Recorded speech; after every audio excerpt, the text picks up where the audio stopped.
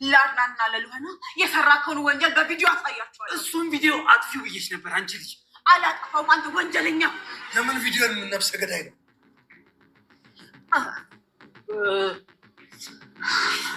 ሚራን በስተመጨረሻ ሳራን የገደላት ራሱ ሮቤል እንደሆነ እንዲሁም ደግሞ የቪዲዮ ማስረጃ እንዳላትም ጭምር ሁሉንም ነገር ተናግራለች። ታዲያ በዚህ ሰዓት አድናን ራሱን መቆጣጠር ነበር ያቃተው፣ ከአቅሙ በላይ ነው የሆነበት።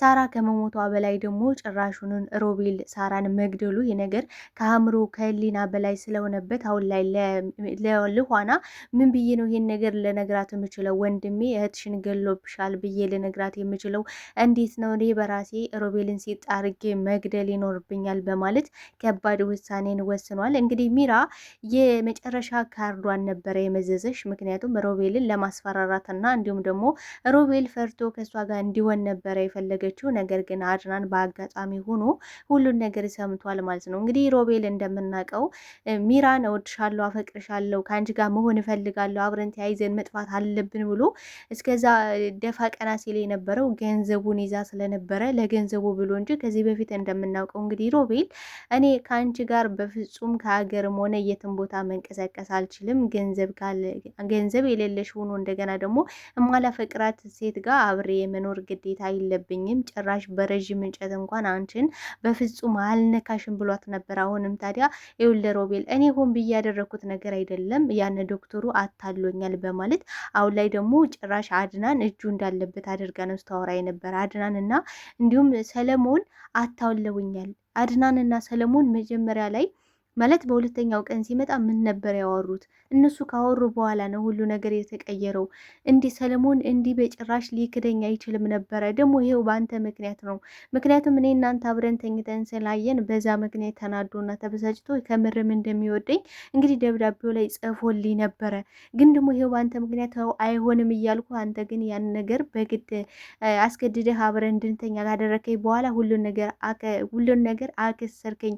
አንተ የተረገምክ ነው እያለች እንግዲህ ሮቤልን እየወቀሰሽው ነበረ። እሱም ደግሞ እኔ ለምኝሽ ነበረ ግን አንቺ ልትሰሚ ፈቃደኛ አይደለሽም በማለት ጭራሽ ሚራ ማናት አላውቅሽም፣ ምን አይነት ሴት ነሽ? ሮቤል የሚባል ሰው በፍጹም አላቅም፣ ሰው ተመሳስሎብሽ ሊሆን ይችላል እያለ በቀሉን እየተወጣባት ነው አሁን ላይ የሚገኘው። ታዲያ ዶክተሩም እንግዲህ ማለትም ሰለሞን እንዳትፈልጊ በጭራሽ እፈልጋለሁ ብለሽ በፍጹም እንዳታስቢ፣ ብትፈልጊኝ እንኳን አንድ ርቀት ከአንቺ ብዙ ርቀት ተራምጄ ሂጃለሁ። ስትነቂ ለክህደትሽ ይሄ ተመጣጣኝ መልስ ነው ብዬ አስባለሁ። አንቺ ከሃዲ ነሽ፣ እኔ ከልቤ ወድጄሽ ነበረ የሚልን እንግዲህ ደብዳቤ ነበረ ጽፎላት የሄደው። ታዲያ አድናን አሁን ላይ የሳራን መሞት ሰምቷል። ሮቤልም እየተርበተበተና ፈርቶ ደንግጦ ነው የሚገኘው። ታዲያ በዚህ ጉዳይ ላይ ምን ተፈጠረ፣ ምን ሊፈጠር ይችላል የሚለውን ነገር የምናወራ ይሆናል። ሰላም ጤና ይስጥልኝ ውድና የተከበራችሁ የቻናሌ ቤተሰቦች፣ ተወዳጁን ድራማ ልኋና ቀጣይ ክፍል ወደ እናንተ ይዤላችሁ መጥቻለሁ። በዚህ ክፍል ላይ ብዙ ነገሮች ተፈጥረዋል። ቀጣይስ ምን ሊፈጠር ይችላል የሚለውን ነገር የምናወራ ይሆናል። ታዲያ ተወዳጆች ቪዲዮውን ስትጀምሩ ላይክ እንድታረጉና እስከ ቪዲዮ ፍጻሜ አብራችሁ እንድትቆዩ በአክብሮት እየጋበዝኳችሁ። ሚራም እንግዲህ ምንድን ያደረገችው አይኗን በጨው በማጠብ እንግዲህ እና አድናን ጋር በመሄድ አድናንን ገንዘቤን የማታመጡ ከሆነ ከዚህ የትምንቅ አልልም፣ ሰለሞን እናንተ ምንድን ነው ያወራችሁት? የተነጋገራችሁት ነገርም አለ ሰርታችሁልኛል በማለት እንግዲህ ቤት አልወጣም ብላ ጭራሽ አይኗን ፍጥጥ አድርጋ ነበረ ሄደችው። እንግዲህ አድናን በሰዓቱ በጣም ነው የተናደደው። እኔ ሁሉን ነገር አድርገሽ ቤቱን ከላይ ላይ ሽጠሽ ገንዘቤን ሁሉ ነገሬን ወስደሽብኝ እንኳን ዝም ብዬ ትቸሽ ነበረ። ምክንያቱም እኔ አንቺ ጋር ሰጣ ገባ ውስጥ መግባት ስለማልፈልግ አንቺ ከኔ ከህይወቴ ጥርግ ብለሽ እንድትይ ስለመፈልግ ነበረ ገንዘቡንም ወስደሽው ዝም ብዬ እየተመለከትኩሽ ዋሽተሽ ክህደትሽን ፈጽመሽብኝ ስንት ነገር አድርገሽ፣ ስለዚህ ያን ባልሽ ደግሞ ካደሽም አልካደሽም ምን የሚመለከተኝ ጉዳይ የለም፣ ገንዘቡን ከጣልሽበት ሂጂና ፈልጊው በማለት እንግዲህ የጥፊ አጋጭቷታል። እንግዲህ ሲያጋጫት እንዴት ደስ እንዳለ። ምክንያቱም እሷ እወደዋለሁ አፈቅረዋለሁ ከሁላቸውም በላይ ያነ ይሻለኛል ብላ ሰለሞንን አምና እንግዲህ ገንዘቡን ከላዩ ላይ ቤቱን ከላያቸው ላይ ሽጣ ዘርፋ ከሄደች በኋላ አይኗን በጨው አጥባ ዙራ ወደ ቤት መመለሷ በጣም ምን ያህል ደፋርና መሀይም እንደሆነች ነው የሚያሳየው። ምክንያቱም በነገራችን ላይ መሀይም ደፋር ነው ይባላልና እንደ ሚራ አይነት ደፋር አይጣ ላይ ያደርስ ነው የሚባለው። ታዲያ ሮቤልን በሰዓቱ በጣም ነው የደነገጠው። እንዲህ ሚራ መጣች ማለት ነው። እንዲህ ድምጿን ሰማዋት ብሎ በጣም ነው በረድ የተደሰተው። በቃ ተመስገን ብሎ ነበረ። ሚራ ቀረችልኝ ከሀገር። ከዚያ በፊት ምን ብሎት ነበር አድናን?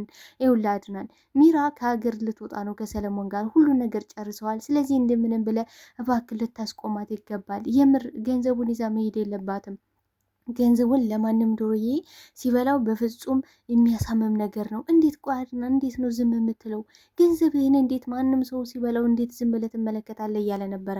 ግን ደግሞ ያንን ገንዘብ እኮ አንተ ራስን አደለ ከሚራ ጋር ተባብረህ በቃ በይበይ ሆሆ እያልክ አብረህ ያጠፋው ማለት እሷ እንድትወስድ ያደረግከው አብረህ ነው። ስለዚህ አንተ ወንጀለኛውም ማን ነው ከተባለ አንተ እንጂ ሌላ አይደለም እያለው ነበረ። በእርግጥ አብሬ ተባባሪ ነኝ፣ ግን ትልቁን ወንጀል ደግሞ የፈጸመችው ሚራ ናት። ስለዚህ ሚራ ደግሞ አሁን ላይ እኔ በሰራሁት ስራ ላይ ጥፋተኝነት ስሜት ተሰምቶኛል፣ እሱን ደግሞ እርዳኝና ላስመልስልህ እያልኩ ነው፣ ለምን አትሰማኝ ማድናን እያለ እንግዲህ ለአድናን በሚያስብ በመልኩ በቃ ለሱ እንደተመለሰ የምርም ከልቡ እንደተጸጸተ በማስመሰል ነበረ አድናን ልሸነግለው ሞክሮ ነበረ። አድናን ግን በፍጹም ሊታለልለት አልፈለገም። በቃ እኔ እኮ የእናንተን ነገር ነቃውባችሁ። አንድ ሰው ደግሞ ከተነቃበት ሌላ ነገር ነው የሚፈልገው እንጂ እዛ ላይ ችክ በቃ የግዴታ እመነኝ ብለህ ብትል ሙተ ብትንፈራፈር እንኳን ከዚህ በኋላ አንተን የማምንበት ምንም አይነት ምክንያት የለኝም እያለው ነበረ። ታዲያ ምንድን ነው ያደረገችው? ሚራ ስትመጣ አመናጭቆ አድናን ስላወጣት፣ ታዲያ ሚራን ሰምቻታለሁ ድምጿን ስላለው፣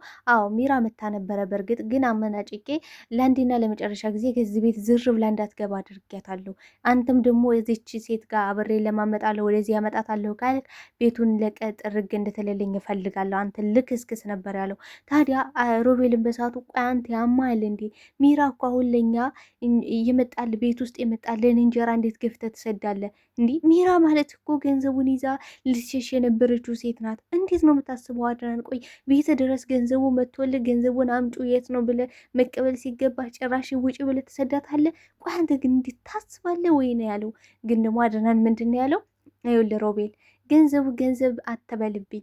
ሚራ አሁን ላይ የመጣችው ሰለሞን ገንዘቤን ይዞብኝ ሄዷል፣ ክዶኛል፣ ምናምን ምናምን ነው የምትለው። ብሩን ይዘህ አንተና ብሩ ገደል ግቡ ነበር ያለው። ታዲያ ሮቤል ምን ማመን ነበር ያቃተው። እንግዲህ ገንዘቡ ሰለሞን ወስዶታል፣ ሰለሞን ከድቷታል ሲባል በጣም ነበር የደነገጠው። ይሄማ በፍጹም አይሆንም፣ ሰለሞን ገንዘቡን ወስዶ ይሄ ውስድ በፍጹም ይሄ ነገር በፍጹም አይታሰብም፣ አይሆንም። በቃ ሊያብድ ነበር የደረሰው። ታዲያ አድናን ራሱ በጣም ነው የገረመው። ቆይ ከብር ጋር ሊሞት ነው እንዴ ይህ ሰውዬ? ቆይ ምን አይነት ኖቹ ናቸው ግን? ለብር ያላቸው ነገር እንዴት ነው የሚያስቡት? ቆይ ከብር እያሳዩ ነው እንዴ የተወለዱት የሚልም ነገር ወደ አእምሮ መጥቶበት ነበረ። እንግዲህ ሮቤል በጣም ነበር የደነገጠው፣ በጣም ከወነ ያለው። ታዲያ ሚራ ምን ብሏታል? ሚራ ቆይ ምን ሆነሽ ታለቅሽ? ምንድን ነው የተፈጠረው ነገር በማለት እሷን ለመጠየቅና ለማወጣጣት ሞክሮ ነበር። ታዲያ ሚራም ጉዱኛለሁ፣ ተገድቻለሁ ሮቤል፣ እኔ እንዴት ብዬ እንደማስረዳና እንዴት እንደምነግር አላውቅም፣ ግን ደግሞ እኔን ከምጠይቀ ይልቅ ሄድና አድናን ጠይቀው። ምክንያቱም አድናንና ሰለሞን የዛን ያወሩት ነገር ምን እንደሆነና ሁለቱ ተባብረው አሁን ላይ ከድተውኛል። ስለዚህ እንደምንም ብላ አፋጣ አድናንን አወጣጣው እያለችው ነበረ። አታይ እባክሽ አድናን ምን ያውቃል ብለሽ ነው? አድናን ስለ ገንዘቡ እንኳን ጠይቃት ስለው ገንዘቡን ይዛ ገደል ተግባ። እሷም ገንዘቡ አያስፈልጉኝም፣ አሁን ላይ የምፈልገው ሰላማዊ ህይወት ነው። በቃ ከፍቅሬ ጋር ከህይወቴ ጋር መኖር ነው የምፈልገው።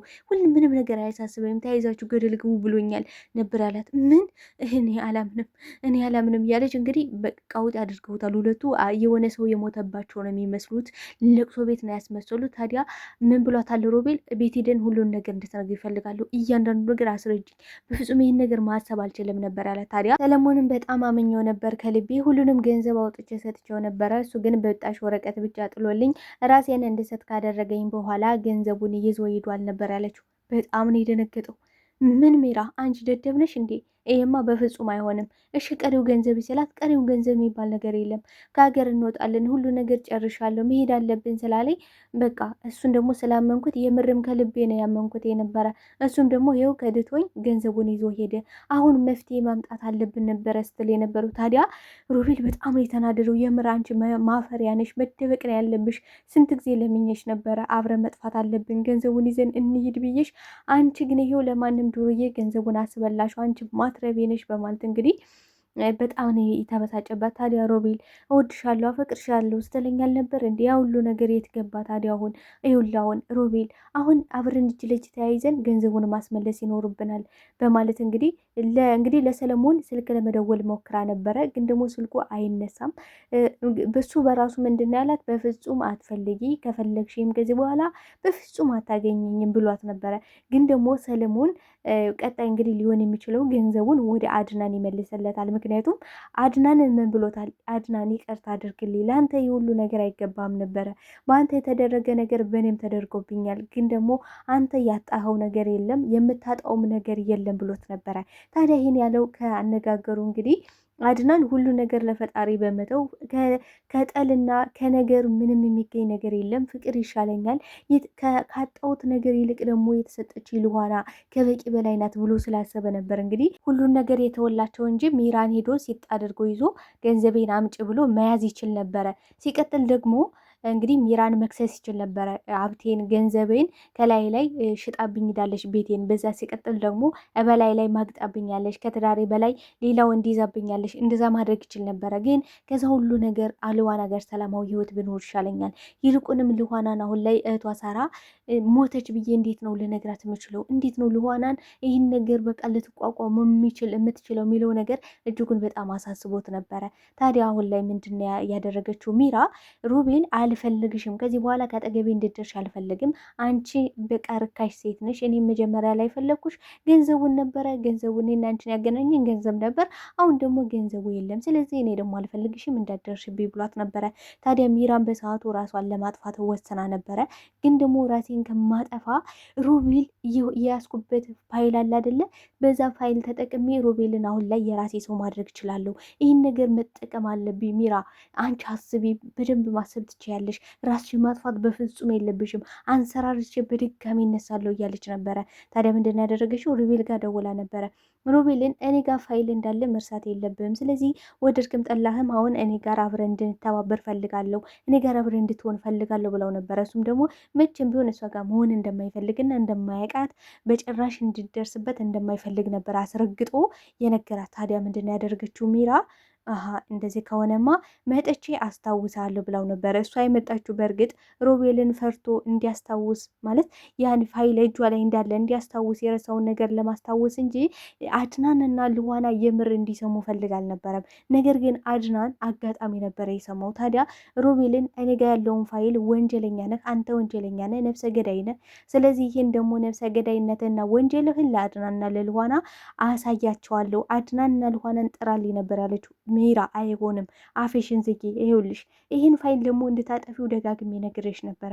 ይህን ፋይል ካላጠፋሽው የመጨረሻሽ ነው የሚሆነው፣ ሲጣርጌ በገዛ እጄ እገልሻለሁ በማለት እንግዲህ እያስፈራራት እያለ ነው አድናን ሁሉን ነገር እየሰማው ማለት ነው። ታዲያ በዚህ ሰዓት በጣም ነው የደነገጠው።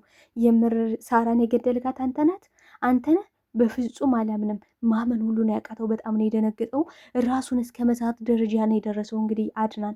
ምክንያቱም እንግዲህ ሳራ ሙታለች ከመባሉ አልፎ የገደላት ደግሞ ሮቤል መሆኑ በጭራሽ አሳምሞታል። ለመቀበል በጣም ነበረ የከበደው። ታዲያ አሁን እንዴት ነው የምትነገረው? ልኋና ማለት መሞቷ ቀርቶ እንኳን ሮቤል እንደገደላት ሮቤል ወንድሜ ነው እንግዲህ እህትሽን የገደላት ብዬ እንዴት ነው ልነግራት የሚችለው የሚለው ነገር ሌላ ጭንቀትና ስትረስ ውስጥ ከተውታል። ተወዳጆቼ በዚህ ክፍል ላይ ምን ተሰማችሁ? ቀጣይስ ምን ሊፈጠር ይችላል ብላችሁ ታስባላችሁ? የተሰማችሁን ሀሳብ አስተያየታችሁን በኮሜንት ሴክሽን ላይ ያስቀምጡልኝ።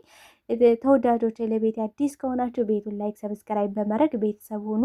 አመሰግናለሁ ተወዳጆች፣ የወዳችኋለሁ። አድናን በስተ መጨረሻ ግን ለልዋና እውነቱንና ሀቁን መናገር አለበት ብዬ ነው ማስበው። ያ ካልሆነ ሌላ የከፋ ነገር ይመጣበታል ብዬ አስባለሁ። አመሰግናለሁ። ባይ ባይ።